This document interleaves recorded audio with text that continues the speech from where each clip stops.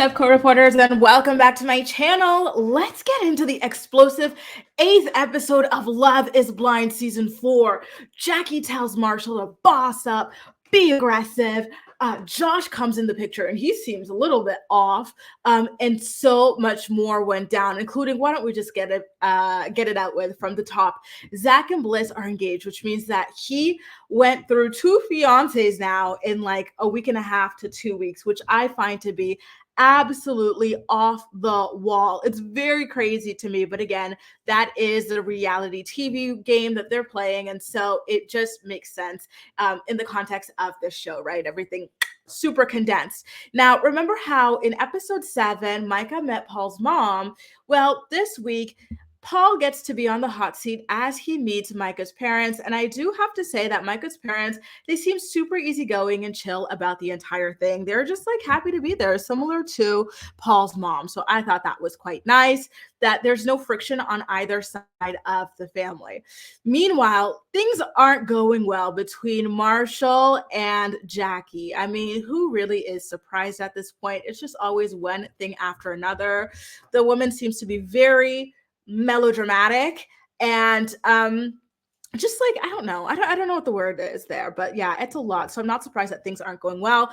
But then when he talks about how she says that he needs to boss up and act like a man for the sake of their ex life, I was like, ooh, girl, you can't tell a man to act like a man. That's very insulting for them. What do we know about acting like a man and whatnot? We're women, right? Just like a man can't tell me how to act like a woman.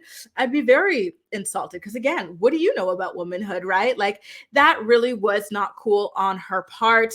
And I wonder, is she saying that, like, because he's not like bossing up, but what does that even mean? Like, I don't know what boss up means. Is she saying that she's not like interested in sleeping with him because he hasn't quote unquote bossed up? I don't get it, but at the same time, there always is a nicer way to say these sorts of things to your partner. So it just sucks that she had to come at Marshall in such an aggressive, kind of negative, sexist way, but I digress. So Marshall really was hurt by Jackie's comments to the point where he actually left to go stay in his real apartment, which we haven't seen, by the way. Because he needed to have some space and cool off. He didn't want to say anything that he would regret. So I understand that. Good for him for going and taking some space. So he eventually does come back to the home and the two of them sit down. This was this scene, right? They're together talking it out. And at this point, she says that he needs to be aggressive so they can have sex. And I was like, I'm kind of curious why Jackie feels like a man needs to be aggressive with her in order for her to want to have, intercourse with him. I don't know. Is that like a kinky thing? It's like, I want you to slap it, flip it, twist it like a pizza or you know what I mean? A cinnamon roll or something like that. Or is it, I just need you to have a more dominant personality so I can be attracted to you. I think one thing with Jackie is that I don't know. I feel like she's just not explaining herself well here. There has to be a more nuanced way. I really want to believe that there's a nuance in what she's saying here, and it's not as simple as her saying, "I want Marshall to grab me by the shoulders, pin me to the bed, and bang me." You know what I mean? I don't think that that's what she's saying. I think she wants to say something like maybe his personality is a little too soft for her, and she wants him to show more kind of leadership or initiative in certain aspects of their relationship in order for her to put out. But I know a lot of people think that, like, she just wants him to be more aggressive in general. I'm not sure. You guys, let me know what you think about that. I'm kind of on the fence for right now. What I will say, though, is that I have thought so since the very beginning that Jackie is just not mature enough for Marshall. I don't think she's emotionally stable or ready enough for a relationship or anything like that. And so I think that that is what's ultimately going to end up like ending this relationship at the end of the day. Because again, the whole, oh, I want you to be aggressive and stuff like that, just give specifics, because aggressive means different things to different people. So just tell him what exactly is it that you need so that he's able to provide that for you if it is within his boundaries at the end of the day. In fact, Marshall asks her, like, well, what about you? What do you do to seduce me? I need to be seduced as well. And I thought that was, like, you know what? Good for you, Marshall. Let's talk about it. What happens on the other side? Like, one person can't always be in charge of initiating. It has to be a two-way street. And so she's like, you know what? Okay, well, if you don't think that I initiate and whatnot enough for you, then why are you with me? And so he's like, because I saw you as a project. And again, that's when I was like, whoa, Marshall, you were not the man I thought you were. Dude, you are absolutely not. It's in that video I did about Marshall's biggest red flag. At this point, I was like, you know what? Now it makes sense why he's with this woman who goes hysterical, like, every 2 business days or whatever. He actually does see her as a project, and he sees himself as a hero who needs to save women from themselves at the end of the day. And unfortunately, this project is a little bit too much work, and you don't even get extra credit for completing it. So I'm telling you guys, when he said that, my jaw dropped. I was like stunned off, just like, did he really just say that? And it hurt my feelings. And obviously, he wasn't even talking to me. I can't imagine how Jackie felt, especially because, like I always said, I think that Jackie already has this complex where she thinks that Marshall is on a level above her. And that causes her a lot of the anxiety that you see within this relationship. So to have that kind of confirmed to your face, oh my God, absolutely gut wrenching. My heart broke for Jackie. It was inappropriate for and wrong for her to say, Marshall, you need to act like a man. You need to be aggressive. But to tell someone that you see them as a project, dude, that as well. They were both at this point. It's like, why don't you guys just pack your bags and go your separate ways? This is not going to get any better. You're toxic for each other. So Marshall at this point backtracks and he explains that, oh, I don't see you as a project, but like I got with you because, like, I think you have a lot of potential and you can, you just need to be uplifted and empowered. But it's like, well, Marshall, like you're claiming that that's not what you meant, but that's exactly what you're saying, right? Well, I don't see you as a project. I just see you someone with a lot of potential that needs to be, uplifted and empowered. That is literally a different way of saying the exact same thing. Like, she's a project in your eyes at this point, and it all makes sense now why this man is with her. He knew, he saw the red flags, and the red flags alerted that, what do you call it, the hero instinct in him to save this girl. And that wasn't a smart move on your end, Marshall, but I digress. But he does end off the conversation by saying that he loves her. But again, like I said, Marshall, you have issues if this is truly how you feel, because this girl at this point, she has shown that she is very, very, very volatile, and it's not a good idea to move forward in this relationship. So again, he's not as mature as y'all think he is. The fact that he's willing to move forward with this at this point, absolutely not.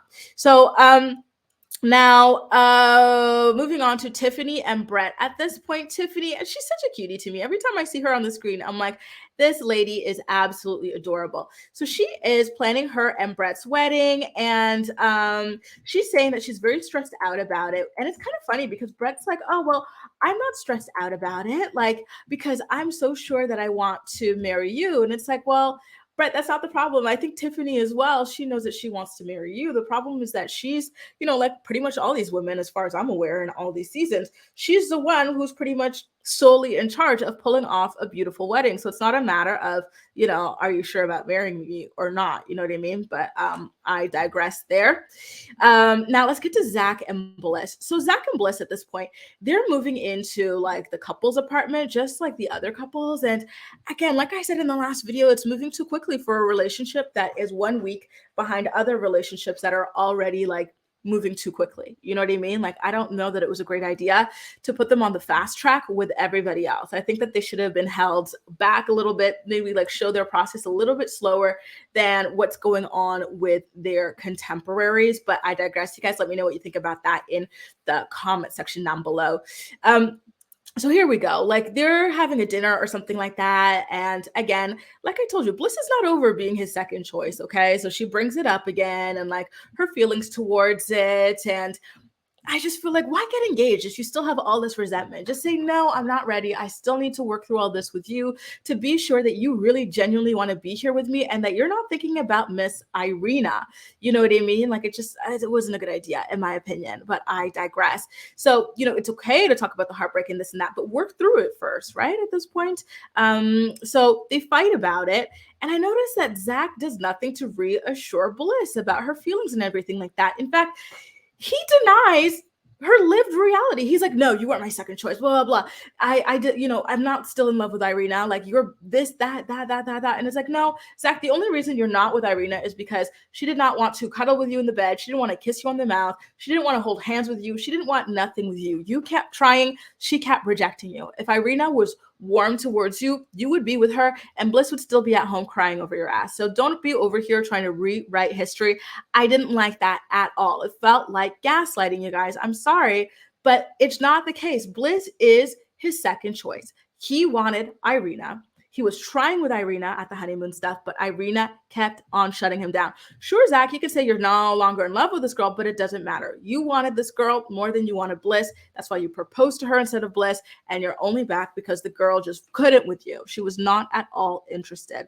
So now, by the way, why did he call Bliss pretentious? I will say I didn't like how Bliss called herself better than Irina. Does she behave better than Irina? Yeah, absolutely. But at the same time, it's not a good look to be on TV talking about I'm better than this person or the other person. It just makes you look kind of, I don't want to say trashy, but kind of like a nasty person yourself as well. I think that's something that Bliss needs to learn because in my opinion, it was actually like a big reason why Zach even chose Irina over Bliss. Bliss was like in the pods, sitting up there talking poorly about Irina and this and that and how it's a bad look on his character. It's like, she could be a little harsh sometimes, and she needs to put that in check, okay? Like, she's a nice girl and everything, but she needs to put some of that stuff in check a little bit moving forward, in my humble opinion. Next up, Kwame and Chelsea go wash her dog at one of those cool little places where it's just a bunch of showers and like dog wash, and you just go there and wash your dog. I thought that was really nice. He couldn't. She starts talking to him about like how she's excited to have kids. She wants a bunch, like 6+ kids. And that man could not look any more disinterested if he tried. Apparently, he wants to wait 3 to 4 years to start having kids, which I kind of felt like, listen, Kwame, Chelsea is a 31-year-old woman. She wants to have 6 like kids or something like that. Like, I don't think it's realistic for him to expect to wait 3 to 4 years to start trying to have kids. Like, it's not automatic. It could take months to a year or whatever, or even years, right? In some cases to have kids. So for him to be there like, oh, let's start trying in 3 to 4 years when she's 35 and she has a goal to have a big family, I find it ridiculous. I'm sorry, but it's ridiculous. And I wish that she kind of called it out a little bit more strongly. And how old is Kwame at this point, right? Like, how old is this man? Isn't he like older? Isn't he like 34? Like, you want to be like on the doorsteps of 40 before you start trying to have kids, and you're on this show where it's about like rushing to get married and stuff. It's seeming very contradictory to me, because to me, I don't know. I don't know. I think it's just another excuse, in my humble opinion. I get wanting to have some time as a married couple before having kids, but like 3 to 4 years to start is too much when you guys are already like 31 and potentially 34 at this point. I get like 1 to 2 years, but I digress. I'm with Chelsea on this. And then another thing about Kwame that he needs to work through is his opinion of kids, right? So like, he's very pessimistic, thinking that you can't travel once you have kids. He is already complaining about Chelsea's dog being a burden enough as it is, just any excuse that he can come up with. And by the way, why is this man walking Chelsea's dog 3 times a day? Is she not walking her own dog at some point? Like, that is an awful lot, but I digress. Why not like take it on the runs with him? He likes to run. Like, go burn its energy on a nice big run. Go take the dog to a dog park. Like, these sorts of things would be really nice, in my opinion. So Chelsea at this point, she's picking up on all the excuses that Kwame's throwing around, and so she asks him straight up, "Are you like ready to settle down for real or what?" And so Kwame at this point, like every time he's about to lie, he clenches his jaw and he looks from left to right. He's like, yeah, sure, I'm ready to settle down. Why would you ask that? Well, I'm sorry, but like the way you're speaking, it sounds like you're coming up with a bunch of excuses to do the exact opposite of that. Now, I will say though, Chelsea she seems like someone who has some issue with being alone, because she talks about how like single life sucks because like um you eat alone and stuff like at your house sometimes, and like she FaceTimes her friends to keep her company while she eats. I'm like, girl, I'm sorry, but you need to enjoy your own company, guys. Like, it's nice to spend time by yourself as well. Like, it's important even in a relationship and whatnot to enjoy some me time. So I don't know. I was kind of put off by that comment, but maybe it was just something that was like amplified for the show or whatever. Meanwhile, but at the same time, it would explain why she's putting up with all this mess from Kwame, right? She's not yet ready to like let it go, and she's really hoping that he will miraculously change before the wedding day. Meanwhile, Micah introduces Paul to her friends. Oh my God. Micah's friends, you guys. Can we get into them? Oh my God.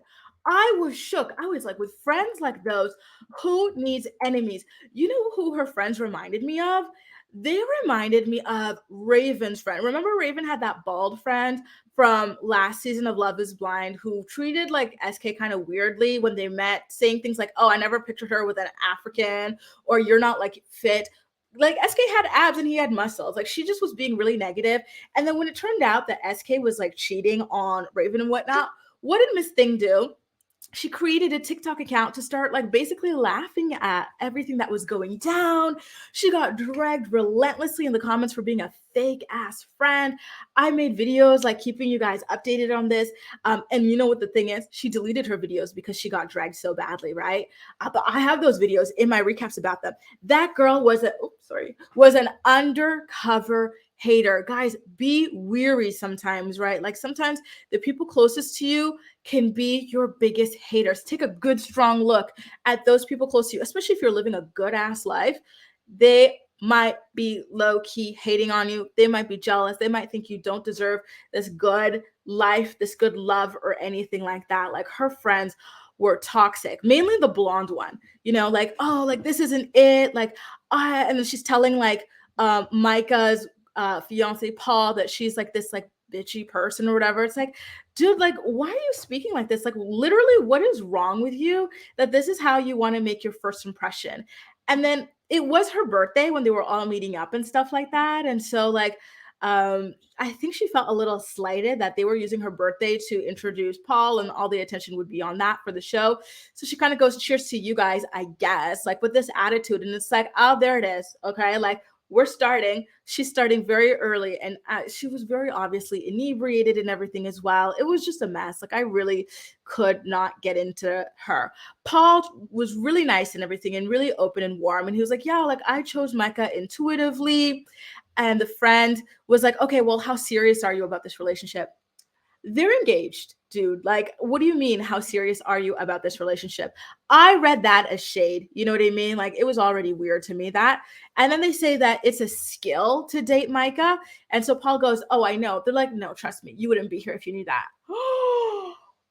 Wow. Again, strike two. No, that's strike three. The first was a shady cheers. The second was, how serious are you? And the third being that, like, you wouldn't be here if you knew like it was a skill to date Micah. They are trying to run your man off, Micah. Open your damn eyes, and Micah's just sitting there like that,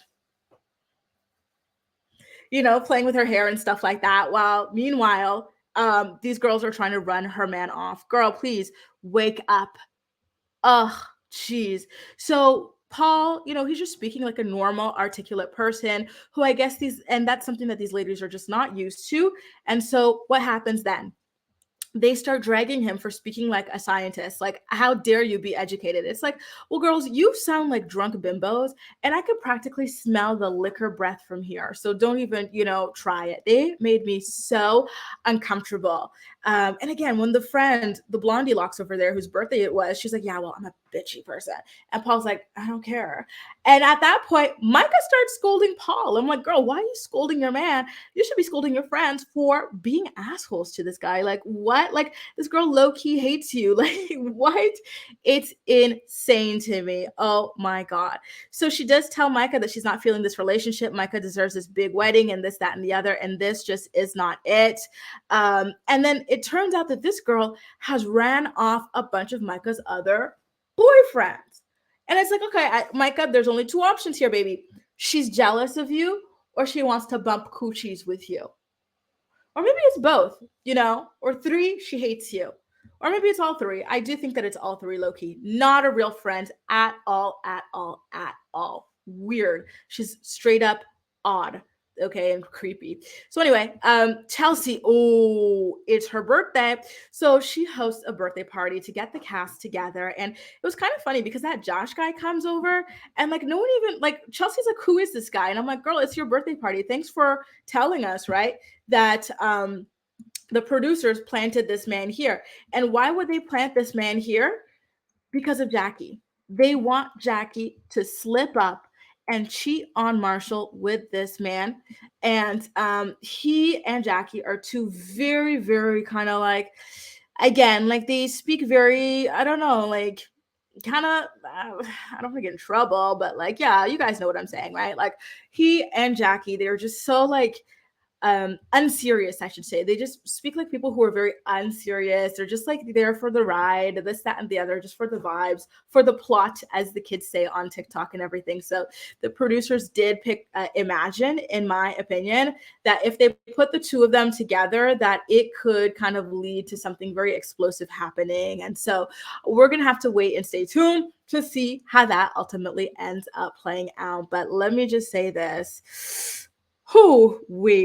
Marshall, you better run. All these red flags, and you're still standing here like for what? You know what I mean? If Michelle acted like this, because I always compare Marshall to Barack Obama, you think that Barack would have stuck around? Come on, know your worth.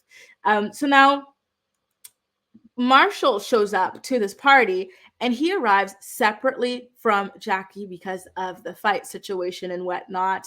But it wasn't even that same fight, the aggressive fight or anything like that. They had another fight after that. And so, yeah, like that relationship is just not going to pan out. It's only been a couple of weeks and you're already going through all these explosive things. Like it's ridiculous to me. By the way, Kwame, dude, like, did he not know about Chelsea's work schedule or what city she lived in or that she had a dog before getting engaged? Because his complaints about her are so dumb to me. Like, they have nothing to do with her or like her behavior in their relationship or their actual relationship. It's just all this like random external stuff. That like was already worked out in the pods before he decided to go ahead and propose to her. It just sounds like he doesn't like her and he's coming up with excuses and everything.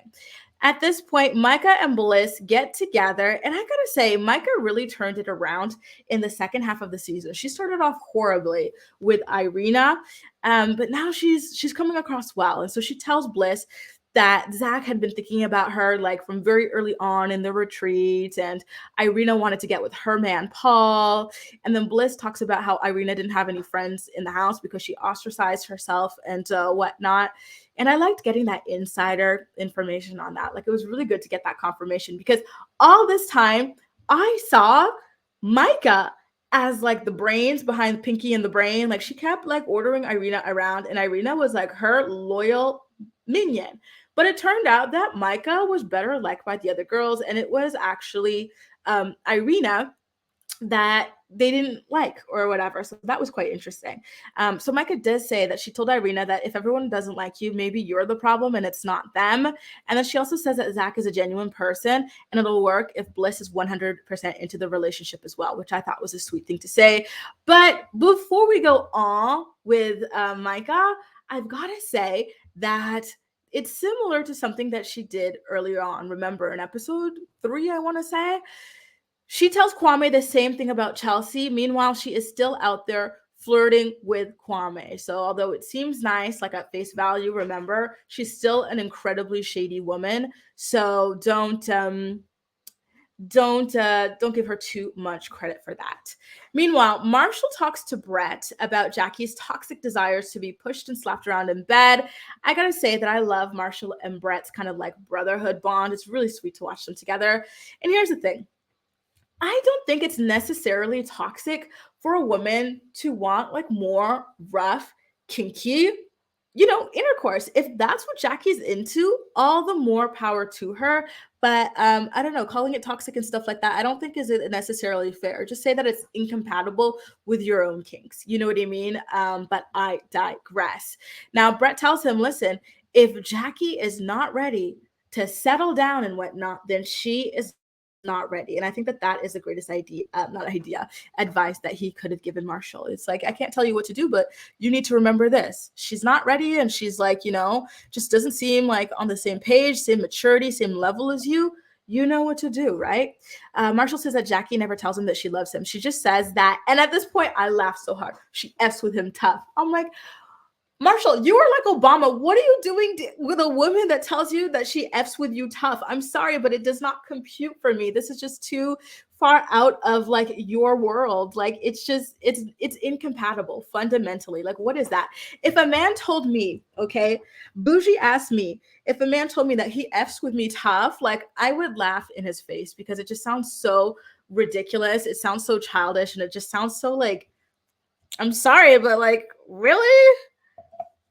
Like you F with me tough. Like who speaks like that? It just sounds ridiculous. But I digress. I digress. You know what I wrote in my notes? I'm like, Marshall, you make a homemade compote. What are you doing with this? Like, come on, this is like some street stuff. I'm sorry, but this is like some street stuff. I don't get it. So here's another thing. Jackie, she arrives to the party in this like jumpsuit and whatnot, and there was a bunch of girls who wore similar outfits, like dresses and whatnot, with like no coat. But Marshall's like, you're going to be cold. I don't want you cold. Take my coat. Take my coat. She's like, no, I don't want to. It's going to ruin my drip. And he's like, no, take my coat. I was like, she doesn't want your coat, Marshall. But wait a minute. Is this Marshall trying to be aggressive with Jackie? I'm not sure. So he forces that coat on her. I'm still not sure. Like, is it him being nice, Mr. Nice Guy? Is it him trying to be aggressive because she wants that aggressivity? Or is it him trying to cover her up because guess who's there? His arch nemesis, Josh. Dun, dun, dun, dun. Right? I don't know. It was giving, father a little bit at that point.